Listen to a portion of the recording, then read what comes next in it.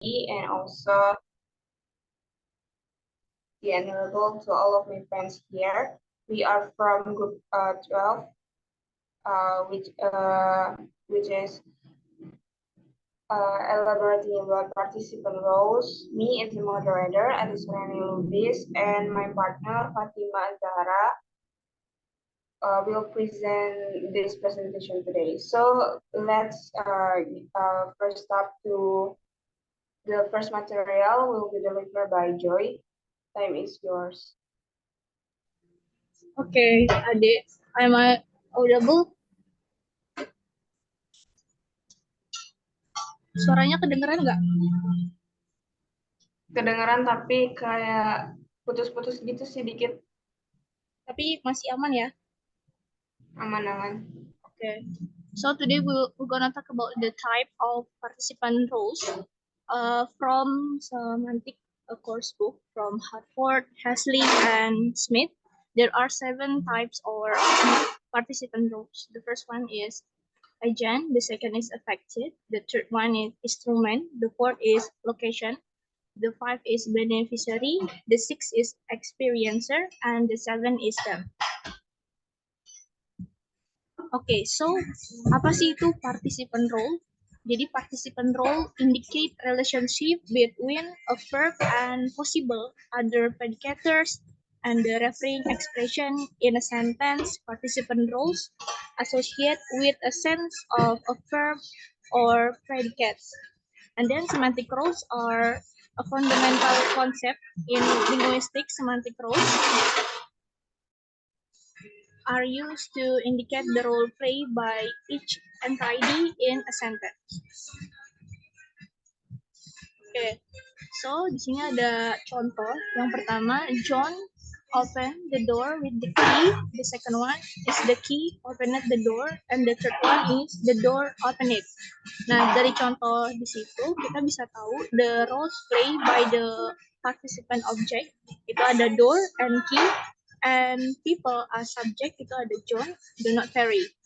Nah, dari contoh itu have a grammatical form, namely verb in the past tense. Di situ ada term subject and object ya, are called function. And then they explain the grammatical role played by a particular element in the clause. Nah, in semantic roles are rather different. They concern the roles that people and things play externally. In the real world, these people and things are referred to by the part of the clause in a way that tell us what their roles are. Jadi di sini John itu tadi yang subject itu di semantic roles atau di participant role itu disebutnya agent. And the door itu affected, and the key itu disebutnya instrument. Nah, open it di sini sebagai predikat in referring expression tadi. There are John, door, and key. Oke, so apa sih itu the agent? Nah, the agent of the sentence is the person deliberately carrying out the action described. Di sini ada contohnya, a burglar ransacked my house, and my mother's emery bowl was broken by a thief. Oke, the second one itu ada the affected.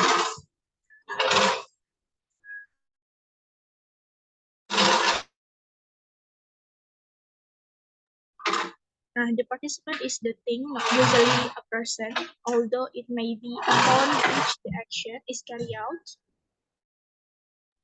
In many cases, the thing changed by the action in the most obvious way. Some semantics itu refer to the affected participant as the patient. Nah, di sini ada contohnya, Ade dealt the cards carefully to each player. Terus ada contoh lagi di sini, the tree was felled by a single blow from Joy Axe. Nah, jadi di sini yang di bold itu sebagai misalnya agent tadi ya, itu a burglar. Terus a thief itu juga sebagai agent. Terus ada affected tadi itu yang di bold ya, the cards and the tree.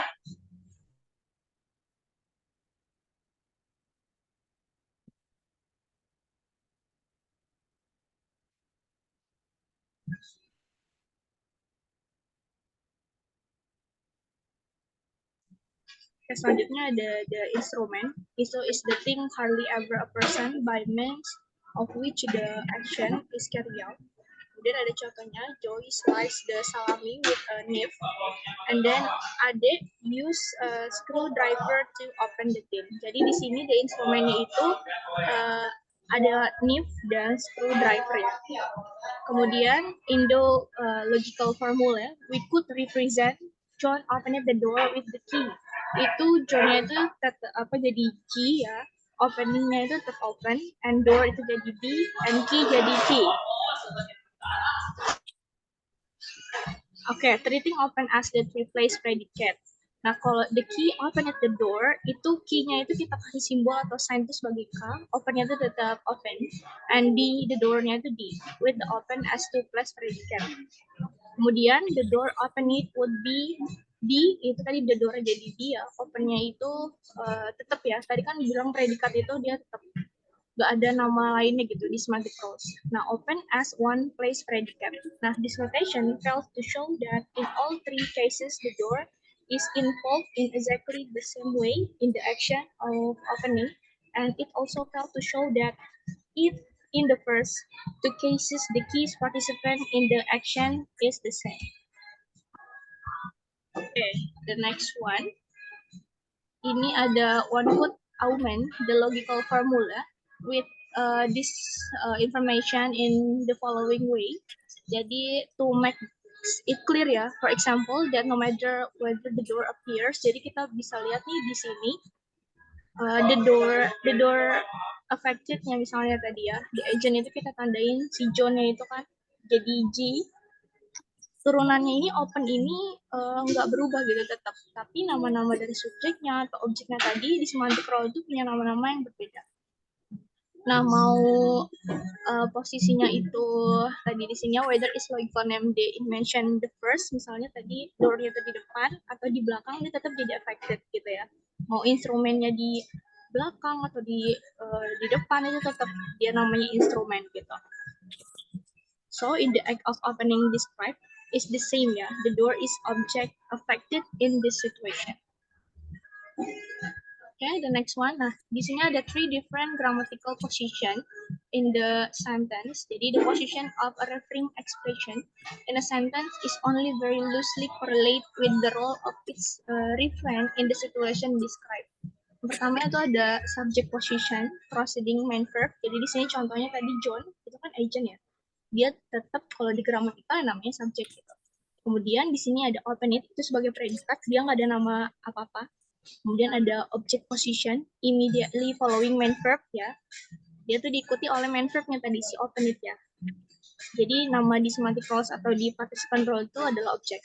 And then complement, after the verb but not immediately, often after a proposition. Jadi kalau complement itu biasanya dia muncul bersamaan setelah preposisi. Misalnya tadi with the key, menggunakan key. Misalnya lagi use knife, menggunakan knife, kayak gitu. Oke, the next one. Di sini bagiannya Ade. Ade, time is yours. Okay, thank you so much, Joy. So the next participant roles, as we know, is location.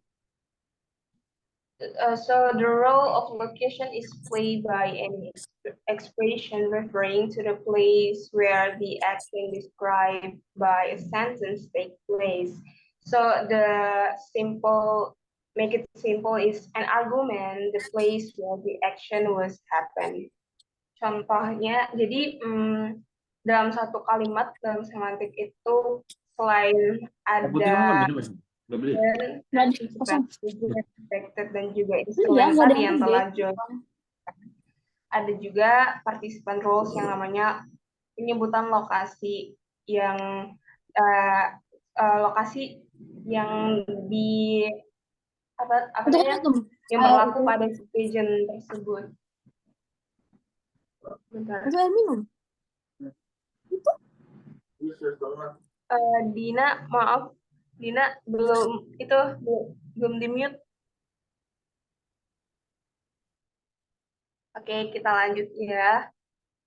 Jadi sesuai namanya ya, lokasi si agent tersebut dalam satu kalimat. kita langsung aja ke contohnya. Yang pertama itu the match volleyball was held in UIN Jakarta.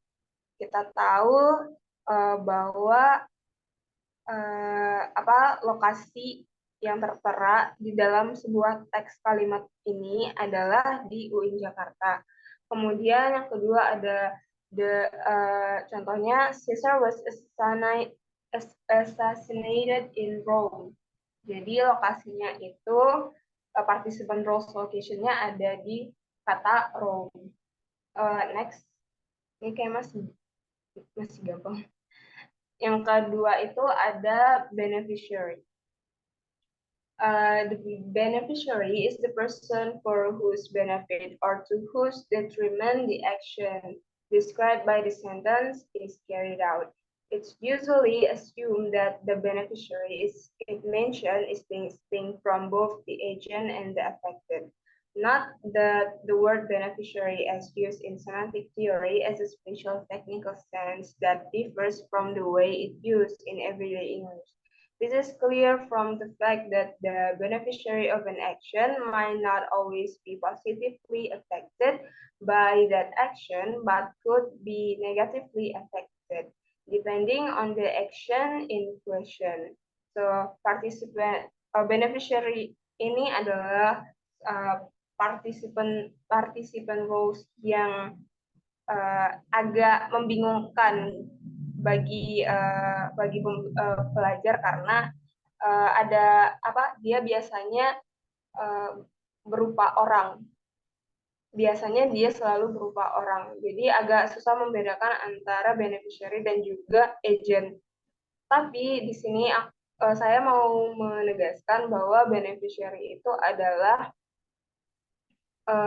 orang atau thing atau hal-hal yang merasakan dampaknya itu, baik nggak harus dampak yang baik, maksudnya bermanfaat sesuai namanya benefit, tapi juga bisa saja berdampak buruk bagi orang tersebut. Jadi misalnya kita langsung aja ke contohnya, Kate gave Gil a replica of the Venus de Milo. Dari kalimat ini kita bisa lihat bahwa yang mendapatkan manfaat dari suatu tindakan dalam kalimat ini adalah Gil, yang underline ya, yang Gil.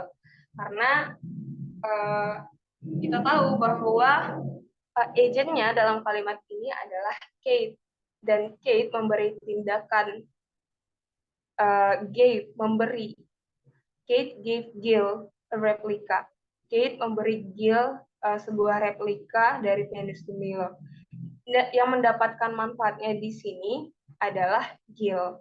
Jadi the participant roles beneficiary itu adalah Gil. Kemudian yang kedua, contohnya the terrorist sent the prime minister a letter bomb. Beneficiary-nya di sini adalah the prime minister. Kenapa? Karena the prime minister itu dikirimkan, maksudnya diberi dampak dari seorang agent. Agentnya itu adalah the terrorist. Terrorist send, mengirimkan Perdana Menteri sebuah letter bomb. Jadi yang seperti yang saya tegaskan tadi, bahwa beneficiary itu nggak harus selalu positif, tetapi juga berdampak negatif. Kemudian next, participant role selanjutnya itu adalah experiencer. Nah, ini juga sering membingungkan antara agent dan experiencer, karena sama kayak tadi, experiencer itu biasanya lebih umumnya dalam suatu kalimat lebih banyak memakai person. So the experiencer is typically a person who is mentally aware of, perceive, or experience the action or state described by the sentence, but who is not in control of the situation. So experiencer characteristic can also sometimes be attributed to animals.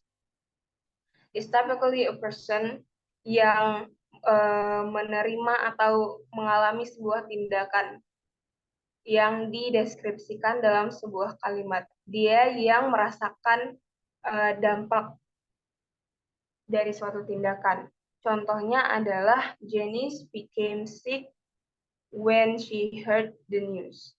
Kita bisa lihat di sini experiencer-nya adalah Janice. Kenapa? Karena dia mengalami atau dia aware dan perceive terhadap the news yang dia dengar. Jadi experiencer-nya adalah Janice. Kemudian the thunder was heard by everyone. Experiencer-nya di sini adalah everyone, karena the thunder itu memberikan mentally aware dan juga perceive kepada everyone ini sebagai experiencer. Kemudian yang ketiga itu contohnya Auntie heard that the baby was crying. Di sini Auntie sebagai experiencer karena dia mendengar suara tangisan bayi. Jadi yang mentally aware dan juga yang mengalami suatu tindakan dalam suatu kalimat itu adalah Auntie. Jadi dia disebut experiencer. Okay, next, Joy. Kemudian participant roles yang terakhir itu disebutkan adalah team. Team ini partisipan is a thing or person whose location is described, or a thing or person that is perceived by experiencer. Ini masih berhubungan sama experiencer tadi ya. Di mana tim ini yang memberikan dampak kepada si experiencer. Kalau tadi si experiencer yang merasakan dampak, tim ini yang memberikan dampak. Kita lanjut ke contohnya aja. Yang pertama itu, the children heard the loud noise. Jadi di sini yang disebut tim adalah the loud noise. Kenapa? Karena dia yang memberikan dampak kepada si the children-nya.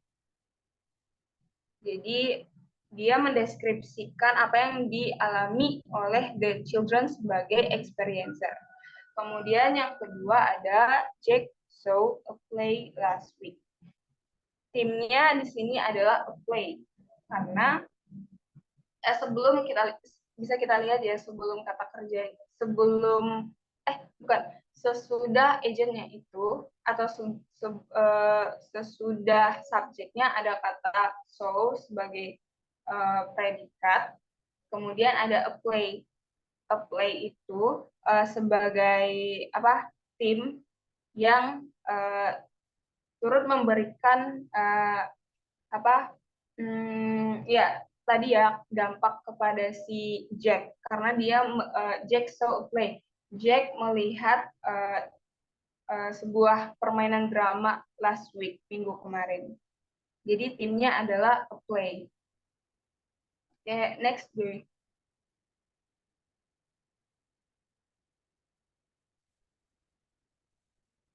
Joy, sorry, next. Oke, di sini ada interesting case that provokes thought in relation to the idea of roles.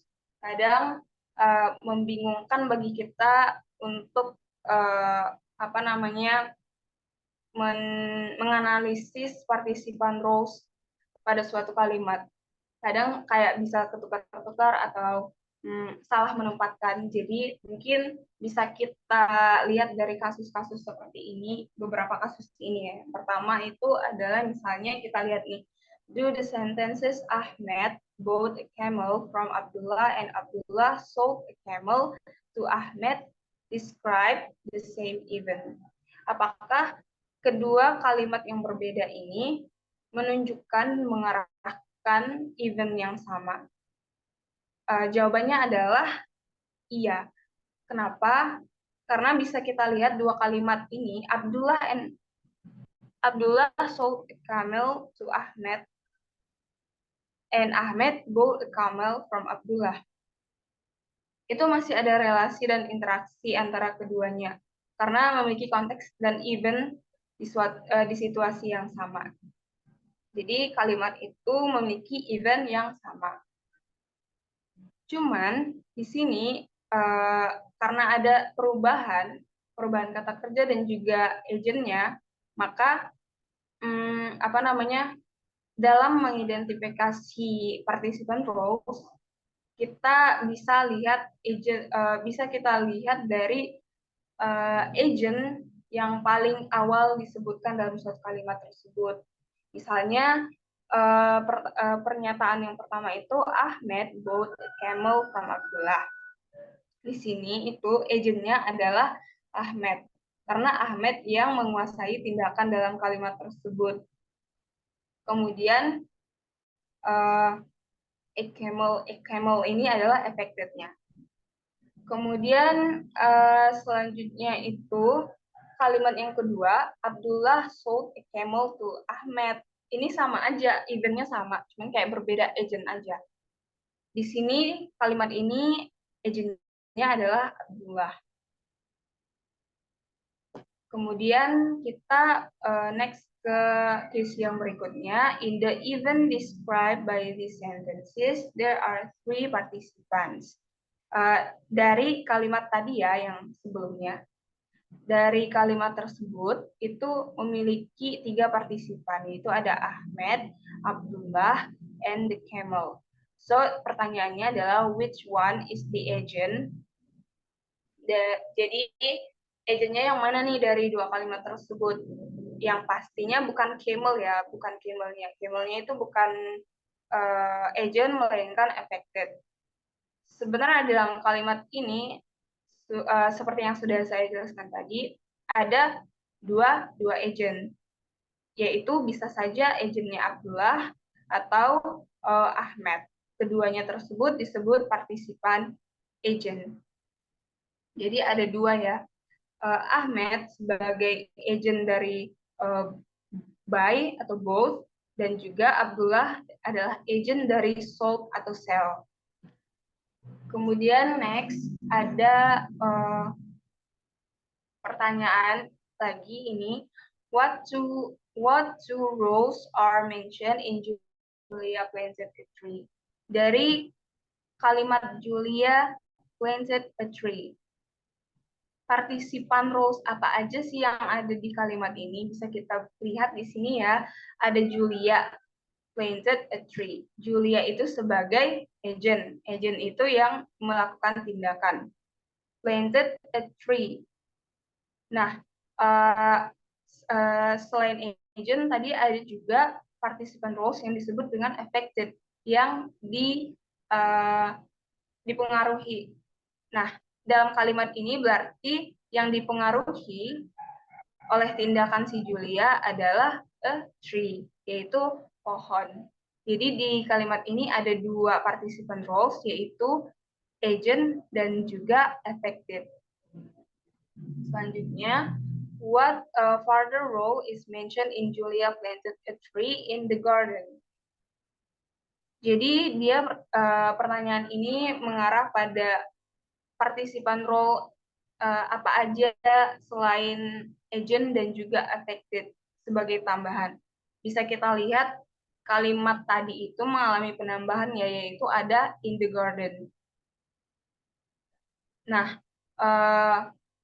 tadi sudah saya bahas tentang participant roles, tentang location di dalam suatu kalimat yang menjadi participant roles juga dalam suatu kalimat. Jadi di sini tambahannya itu adalah participant roles location. Jadi dalam kalimat ini ada 3, yaitu ada agent, affected, dan juga in the garden-nya itu mengarah kepada participant roles location. Oke, next, Joy.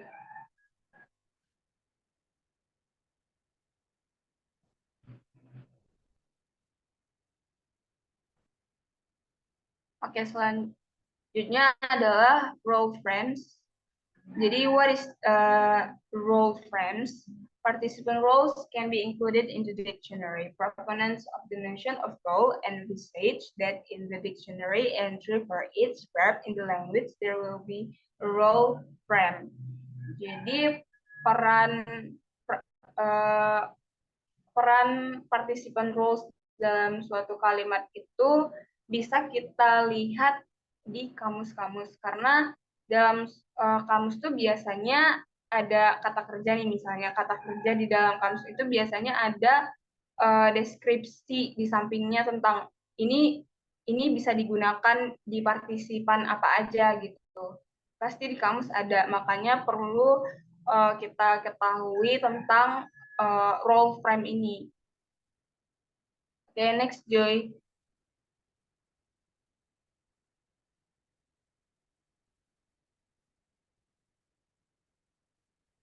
Nih, misalnya nih kita ambil contoh kata open, yaitu sebuah kata kerja ya di dalam kamus. Nah, kata open ini ada 3 participan roles yang kemungkinan, bukan kemungkinan, yang paling yang paling dekat dengan kata kerja ini, yaitu ada agent, affected, dan instrumen. Namun bisa kita lihat di sini agent dan instrumen itu dibubuhi tanda kurung. Kenapa? Karena kata kerja open itu berinteraksi dengan agent dan instrumen sebagai sebagai opsional dalam kata kerja ini. Jadi agent dan instrumen tidak terlalu diperlukan oleh kata kerja open. Karena tanpa agent dan instrumen ini, kata open bisa berdiri sendiri dan membentuk sebuah kalimat yang bisa kita maknai dan juga kita mengerti. Jadi agent dan instrumen ini bersifat opsional. Sedangkan affected itu wajib. Kalau nggak ada affected, open ini nggak bisa kita jadikan sebuah kalimat dalam semantik. Jadi dia bersifat wajib. Misalnya, nih kita lihat ya, John open the door. The key open the door. And yang terakhir, the door open. The door is mentioned in all 3 sentences, but John and the key are not mentioned in all 3 sentences. Bisa kita lihat, selalu ada kata door di sini ya, door, dan juga kata kerja itu open. Jadi John nggak terlalu perlu, maksudnya nggak hanya opsional pilihan aja untuk membentuk suatu kalimat bisa kita pahami, karena kalimat yang terakhir nih kita bisa lihat the door open aja itu sudah memiliki makna yang dan membentuk sebuah kalimat tanpa dibubuhi agent sama instrumen atau participan rules lainnya. Oke, next, karena limit Zoom-nya udah mau habis, jadi kita langsung aja ke conclusion. So the conclusion is we emphasize the participant roles such as agent, affected, instrument, location, beneficiary, experiences, and the theme are defined semantically in terms of the meaning of sentence and not grammatically in terms of position in sentence. Jadi dalam ilmu semantik, hal yang paling umum dalam participant roles yang harus kita ketahui itu adalah agent, affected, instrument, location, beneficiary, dan experiencer. Dan juga yang terakhir ada theme. Tapi sebenarnya masih banyak lagi participant roles lainnya. Cuman yang paling umum dalam ilmu semantik itu adalah ini. Jadi kita perlu memahami ini. So, grammatical position in a sentence and the participant roles which occupy this position are independent kind of linguistic notion and should be kept distinct from one another. Clearly, there is some systematic relationship between the semantic roles and the grammatical position, but it evidently a complicated relationship.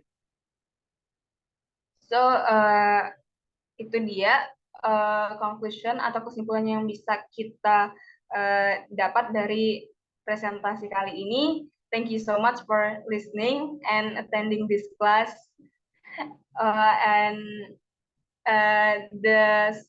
The second segment is answer and question and answer. Anyone for those who wanna ask? Silahkan. Atau mungkin teman-teman yang mau giving addition, please.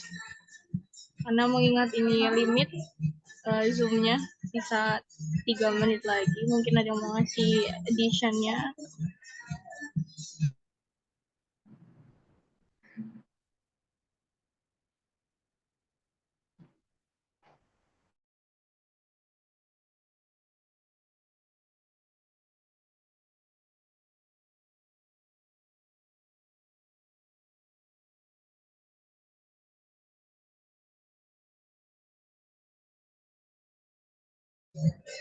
Oke, sambil nunggu pertanyaan kita ini dulu ya, screenshot dulu ya.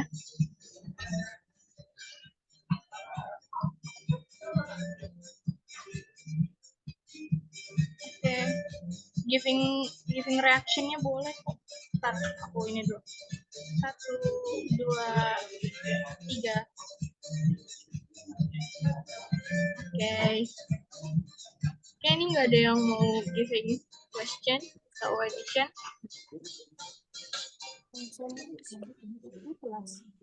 Dan gue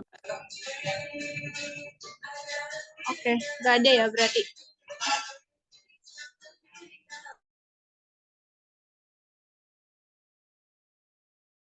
Oke, mungkin Adi bisa ditutup ya. Oke, mungkin kalau nggak ada yang mau ditanyakan lagi, mungkin kita bisa tutup dan juga semoga ilmu hari ini bisa kita pahami. Oke, wabillahi taufiq wal hidayah. Wassalamualaikum warahmatullahi wabarakatuh. Waalaikumsalam. Waalaikumsalam. Thank you, Terima kasih, Ade dan teman-teman. Joy. Yuk. Ya, makasih ya.